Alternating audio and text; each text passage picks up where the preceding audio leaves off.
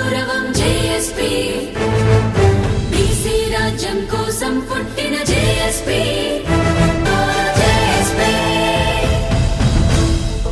Medal బట్టి గెంటేసి అవమానించింది, పత్రాలు చేసింది. ఇవాళ ఆ ప్రభుత్వంలో అట్లా ఉంటే ఇవాళ కాంగ్రెస్ లో పిసిసి అధ్యక్షుడు మహేష్ కుమార్ గౌడ్ గారు బీసీ ఉంటే ఆయన పొమ్మనకుండా పోగొట్టు. మనం ఈ ఖర్చు చూస్తున్నాం. ఆయన గాంధీ భవన్లో కుర్చీ ఇరిగి మూలం పడితే పిసిసి అధ్యక్షుడు అర్హత లేదు, ఈ కుర్చీ ఇరిగి ఇక్కడ పడ్డారు. అదేవిధంగా పరిపాలన మంచిగా లేకపోతే మహేష్ కుమార్ గౌడే బాధ్యుడు. దానికి పరిపాలించేటోడు అదేవిధంగా అనుభవించేటోడు వదిలేస్తున్నారు. పవర్ లేని అదేవిధంగా పైసలు లేని పిసిసి అధ్యక్షుడు మహేష్ కుమార్ గౌడ్ గారు అంటే ఆయన కూడా తీసేసి పోగబెట్టాలని చూస్తున్నారు. గతంలో కోమటిరెడ్డి వెంకటరెడ్డి గారు అన్న మాటనే ప్రత్యక్షం. పిసిసి అధ్యక్షుడిగా జగ్గారెడ్డి అయితే బెటర్వాడు.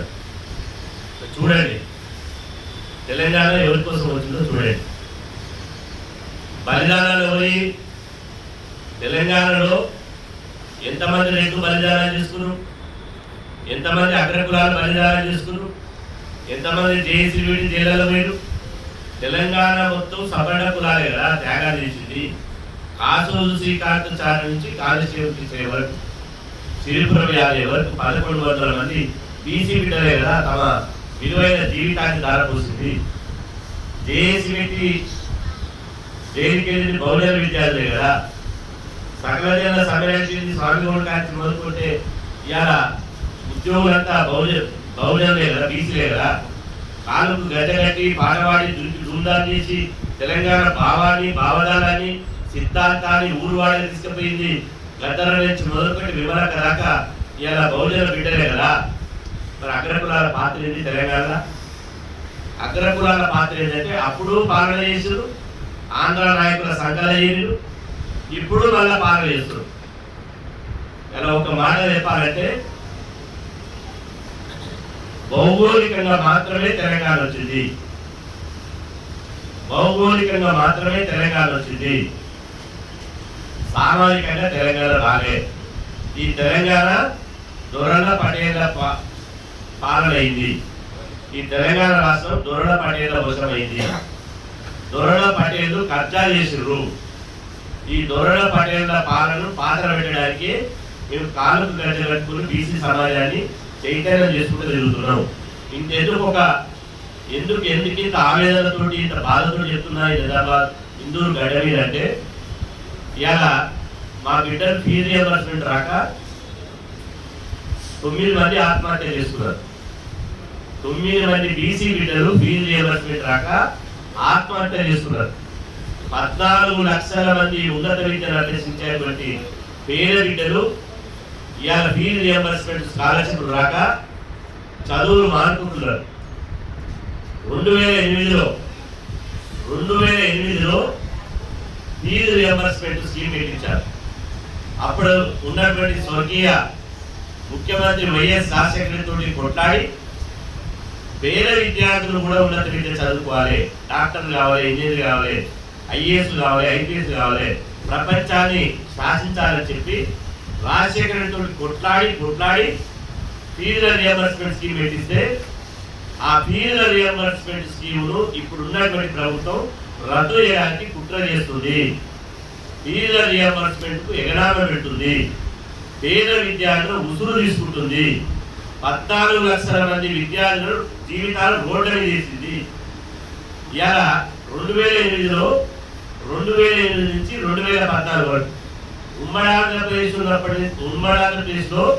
8 నుంచి 14 వరకు ఫీజు రియంబర్స్మెంట్ బ్రహ్మాండంగా అర్హులైనటువంటి పేద విద్యార్థులకు ఫీజు రియంబర్స్మెంట్ అమలు జరిగింది. 2014 తర్వాత వచ్చినాక పాస్ అనే పథకం పెట్టారు. 1,90,000 నిబంధనలు పెట్టారు. అదేవిధంగా 10,000 ర్యాంక్ నిబంధనలు పెట్టారు. మేము వీళ్ళకి మేనేజ్మెంట్ కూడా ఇవ్వమన్నారు, వాళ్ళకి ఇవ్వమన్నారు, వీళ్ళకి ఇవ్వమన్నారు. అంటే తెలంగాణ పాలకులే ఫీజుల రియంబర్స్మెంట్ కు తూట్లు పడిచారు. ఇవాళ మా రక్తాన్ని జరగలాగా పీల్చి పిప్పి చేస్తున్నారు. ఈ అగ్రకుల తెలంగాణ పాలకులు. ఇవాళ నేను అంటున్నా, గతంలో కేసీఆర్ 8 లక్షల కోట్లు అప్పు చేసిండు, 2 సంవత్సరాల ఫీజు రియంబర్స్మెంట్ బకాయి పెట్టాడు. ఆయన 1 లక్ష కోట్ల ప్రభుత్వ భూములు అనేది ఫీజు రియంబర్స్మెంట్ ఇవ్వాలంటే మనసు ఒప్పలే. సరే, ఆయన పోయేది ఇప్పుడు ప్రతిపక్ష నాయకుడు అన్నట్టు, ఎండిపోయిన బర్రెకు పాలు వింటే పాలు రావు, ఆయన ప్రతిపక్షంలో ఉన్నాడు, ఎండిపోయిన బర్రె అంటాడు. ఇప్పుడు పాలించే బర్రె ఉంది కదా రేవంత్ రెడ్డి, మరి పాలించే బర్రెకి ఏమైంది? ఇప్పుడు పాలించేటువంటి ప్రభుత్వం ఉంది కదా, ఈరోజు ఫీజు రియంబర్స్మెంట్ ఇవ్వాలంటే కాంగ్రెస్ ప్రభుత్వం 3 బడ్జెట్ ప్రవేశపెట్టింది. కామారెడ్డి, ఇదే నిజామాబాద్, ఉమ్మడి నిజామాబాద్ జిల్లాలో కామారెడ్డి డిక్లరేషన్ లో స్పష్టంగా చెప్పారు, మేము అధికారంలోకి వస్తే ఫీజుల బకాయిలు మొత్తం చెల్లిస్తాం, 10,000 ర్యాంకు నిబంధన ఎత్తివేస్తాం, అర్హులైనటువంటి ప్రతి పేద బీసీ, ఎస్సీ, ఎస్టీ, మైనార్టీ, అగ్రకుల పేద విద్యార్థులకు టోటల్ ఫీజులు చెల్లిస్తామన్నారు. 3 బడ్జెట్లు పోయాయి. మరి ఎక్కడ చెల్లించరు? 3 బడ్జెట్లు పోయాయి. 3వ సంవత్సరం కాంగ్రెస్ వచ్చి 3 సంవత్సరాలు కావస్తుంది, ఇంతవరకు ఫీజు రియంబర్స్మెంట్ చిల్లి గవ్వ కూడా ఇవ్వలే. మరి ఎట్లా చదువుకోవాలి విద్యార్థులు? కాలేజీ యజమాన్యాలు కోర్టుకు పోయి, కోర్టు ఏమని ఇచ్చింది? అమ్మ వెంటలు అడుక్కొని ఇవ్వరా? మరి కాలేజీ యజమాన్యాలు చదువు చెప్పాలి కదా, వాళ్ళకి ప్రాక్టికల్స్ ఉంటాయి, చదువు చెప్పాలి, ఫ్యాకల్టీకి శాలరీస్ ఇవ్వాలి, కాలేజ్ బిల్డింగ్లో రెంటులు కట్టాలి, అదేవిధంగా ఒక విద్యా సంస్థ నడపాలంటే ₹1,00,00,000 ఖర్చు అవుతాయి. అది ఎవరిస్తాడు? మీరు ఇస్తేనే ఇవ్వండి, లేకపోతే పిల్లల దగ్గర ఫీజు నేరుగా వసూలు చేసుకోండి అని కోర్టు తీర్పు ఇచ్చింది. కోర్టు తీర్పుతోడైనా ఈ దున్నపోతు ప్రభుత్వం మేలుకురాడు కదా. కోర్టు తీర్పు ఎట్లా ఇచ్చింది? మామూలు ఇవ్వలే, చెంప మీదకి చెడేలు లాగించింది. అయినా కూడా మొద్దులు నిద్ర వీడతలేదు. ఇవాళ ఈరోజు పేపర్లో చూడండి, 3 నెలలు 21,000 కోట్ల అప్పు. ఇది ఈరోజు ఈనాడు పేపర్లో వచ్చినటువంటి వార్త. ఏమని? రిజర్వ్ బ్యాంక్ ఆఫ్ ఇండియా దగ్గర కాంగ్రెస్ ప్రభుత్వం 21,000 కోట్ల అప్పు తీసుకొచ్చుకుంటున్నారు. 21,000 కోట్ల అప్పు తీసుకొచ్చి మరి ఎవరికి ఇస్తాం? ఈ 21,000 కోట్ల అప్పు ఒక 21,000 కోట్లే కాదు. దయచేసి ప్రెస్ మీట్ లో విజ్ఞప్తి ఏంటంటే, కాంగ్రెస్ ప్రభుత్వం అధికారంలోకి వచ్చిన తర్వాత ఇప్పటి వరకు 4 లక్షల కోట్ల అప్పు చేసింది. ఈ మొన్నటి వరకు 3,75,000 కోట్ల అప్పు చేసారు. ఈ 21,000 కోట్ల 4 లక్షలే. 4 లక్షల కోట్ల అప్పు చేసింది. 32,000 కోట్ల ప్రభుత్వ భూములు అదే. అదేవిధంగా 2,75,000 బడ్జెట్ ప్రవేశపెట్టింది. మరి ప్రతి నెల 25,000 కోట్ల రూపాయలు ప్రభుత్వానికి ఆదాయం వస్తుంది. మరి ఈ సొమ్మంతా ఎక్కడ పోయింది? ఎవరి జేబులు నింపారు? మీరు చేసిన 4 లక్షల కోట్ల అప్పు ఎక్కడ పోయింది? ఫీజు రియంబర్స్మెంట్ ఎందుకు ఇస్తలేరు? 4 లక్షల కోట్లలో 8,000 కోట్లు ఇస్తే ఫీజుల రియంబర్స్మెంట్ బకాయిలు విడుదల అయ్యే కదా, ఈ బకాయిలు ఉండిపోయే కదా. 14 లక్షల పేద ఎస్సీ, ఎస్టీ, బీసీ విద్యార్థులు చదువుకునేటువంటి అవకాశం ఉండే కదా. 4 లక్షల కోట్లు అప్పు ఎవరి జేబులు నింపారు? 32,000 కోట్ల ప్రభుత్వ భూములని ఎవరికి పెట్టారు? రాష్ట్ర బడ్జెట్ ఎక్కడ పోయింది? ఎవరు అయ్యే జాగిరు రాష్ట్ర బడ్జెట్, ఎవరు తాత జాగిరి రాష్ట్ర బడ్జెట్? మా చెమట చుక్కలు, మా చెమటను రక్తాన్ని మార్చి మేము పన్నులు కడితే, మేము ఉత్పత్తి చేసి పన్నులు కడితే ఆ పన్నుల మీద, ఆ ఖజానా మీద మీరు కూర్చున్నారు.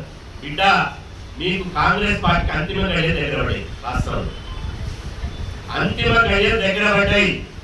మీ పీఠాలను కూకడి వేలతోటి ఈ విద్యార్థి సమాజం వెక్కిరిస్తారని చెప్పి సందర్భంగా తెలుస్తున్నారు.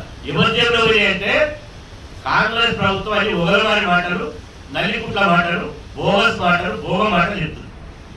ఇవాళ కాంగ్రెస్ ప్రభుత్వము మాకు రేవంత్ రెడ్డి గారు అంటున్నాడు, నేను ₹1,00,00,000 నా దగ్గర చిల్లి కావలేదని సిక్కపత్తులు వస్తున్నారు కదా. నేను అంటున్నా 72,000 కోట్ల రూపాయలు కాంట్రాక్టర్లకు ఎందుకు చెల్లించడం? 72,000 కోట్ల రూపాయలు బడా మెగా కృష్ణారెడ్డి, పొంగులేటి శ్రీనివాస్ రెడ్డి, ఇంకొక రెడ్డి, ఇంకొక రావు, ఇంకొక చౌదరి, 72,000 కోట్లు మాత్రం కాంట్రాక్టర్ల బిల్లులు చెల్లిస్తారు. కానీ 7,000 కోట్ల రూపాయలు ఫీజు రియంబర్స్మెంట్ అంటే బీసీలు అంటే అంత చిన్న చూపు, బీసీలు అంటే ఏం చేయలేదు లెక్కలేస్తారు. అందుకోసమే మేము ఈ జూలై 2న రాష్ట్ర వ్యాప్తంగా కాలేజీలకు బంద్ పిలిపిస్తున్నారు. రాష్ట్రంలో ఎక్కడ ఒక్క కాలేజీ కూడా ఇంటర్, డిగ్రీ, పీజీ, వృత్తి విద్యా కాలేజీలు మొత్తం మొదలుకుంటే కాలేజీలు మొత్తం బంద్ పెడతారు. అప్పుడు కూడా ప్రభుత్వం దిగలేకపోతే జూలై 15వ తేదీన ఇవాళ చెలో హైదరాబాద్ పిలుపునిస్తున్నారు. విద్యార్థుల మార్చ్ అనే పేరుతోటి సుందరయ్య విద్యా కేంద్రం నుంచి ఇందిరా పార్క్ వరకు వేలాది మంది తోటి విద్యార్థుల మిలియన్ మార్చ్ తరాల్లో గుర్తుపెట్టుకో, మిలియన్ మార్చ్ ఎట్టయితుందో మిలియన్ మార్చ్ తరాల్లో విద్యార్థులు మార్చ్ నిర్వహిస్తాం. ఈ కాంగ్రెస్ ప్రభుత్వం బడుగుల పక్షమా లేదా కాంట్రాక్టర్ల పక్షమా తీర్చుకోవాలి. ఇవాళ ఇక్కడ పిసిసి అధ్యక్షుడు మహేష్ కుమార్ గౌడ్ గారికి నేను విజ్ఞప్తి చేస్తున్నాను. నువ్వు ఒక బీసీ బిడ్డవు, పిసిసి అధ్యక్షుడివి, పార్టీ మీకు బీసీలందరూ ఓట్లేసి అధికారంలో తీసుకొచ్చారు. రాహుల్ గాంధీ గారు ఇవాళ కులగణ కావాలి, ఎవరి మాట వాళ్ళని దక్కాలంటే మిమ్మల్ని నమ్మి ఇదే పిసిసి అధ్యక్షుడు మహేష్ కుమార్ గౌడ్ గారు కామారెడ్డి డిక్లరేషన్ చదివిత బీసీలంతా ఓట్లేసారు. మరి బీసీలకు ఏం చేశారు? అల్లికి అల్లి సున్నకు సున్నా. ఫీజులు రాక పిల్లలు చచ్చిపోతుంటే మీరు ఎందుకు స్పందించారు? ఫీజుల రియంబర్స్మెంట్ మీద ముఖ్యమంత్రుడు ఎందుకు కొట్లాడరు? బట్టి విక్రమార్కతో ఎందుకు గాంధీ భవన్ పిలిపించి మాట్లాడరు?